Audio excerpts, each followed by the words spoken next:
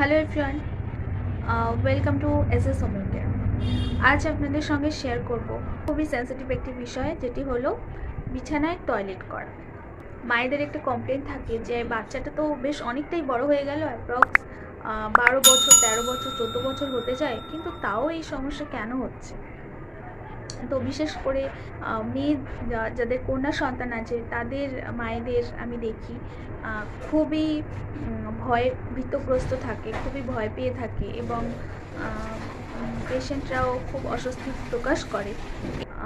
Sepia মেডিসিনটি ভীষণই ভালো এই বিছানায় টয়লেটের জন্য।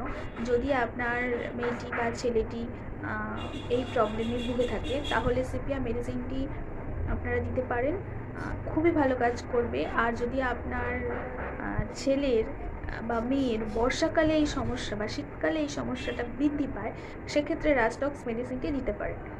সিপিয়া মেডিসিনটি আপনি 30 পোটেন্সিতে ইউজ করতে পারেন, খুব ভালো কাজ দেবে। এবং রাস্টক্স মেডিসিনটি আপনি 200 পোটেন্সিতে ইউজ করতে পারেন, খুবই তাড়াতাড়ি বেনিফিট পাবেন।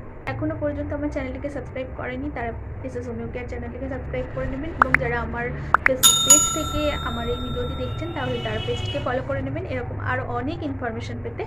Thank you so much.